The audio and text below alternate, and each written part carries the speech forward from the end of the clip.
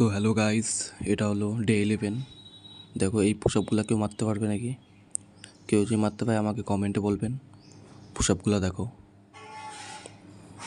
কেমন আছে পুশআপগুলো। এটা আমার কম্বো নিচের। আপনারা কমেন্টে বলবেন পুশআপগুলো কেমন আছে।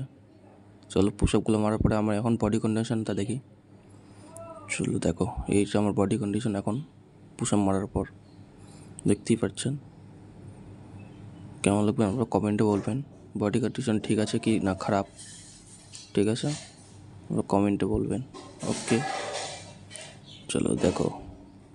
তো গাইস সিক্স প্যাকগুলো কেমন লাগছে আপনারা একটু কমেন্টে বলুন তো। সিক্স প্যাক আর চেস্ট আর আর্মসগুলো দেখেন কেমন হচ্ছে। চলো এখন আমরা বেশি দেরি করছি না, আমরা সোজা পুজোর মণ্ডপে নিয়ে যাচ্ছি। পুজোর মণ্ডপ আপনারা দেখুন, এটা আমাদের সোনাপুর পুজোর মণ্ডপ, ঠিক আছে।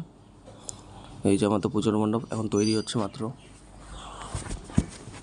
দেখতেই পাচ্ছেন এখনও তৈরি হচ্ছে, আরও বড় হবে, আরও অনেক কিছু ডিজাইন হবে।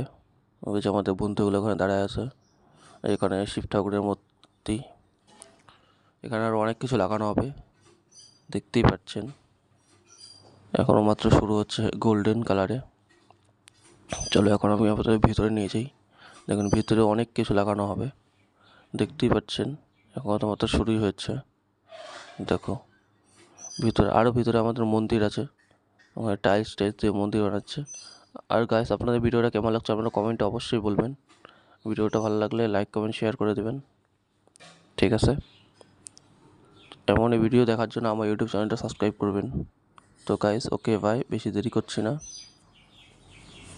সবাই ভালো থেকো, বাই।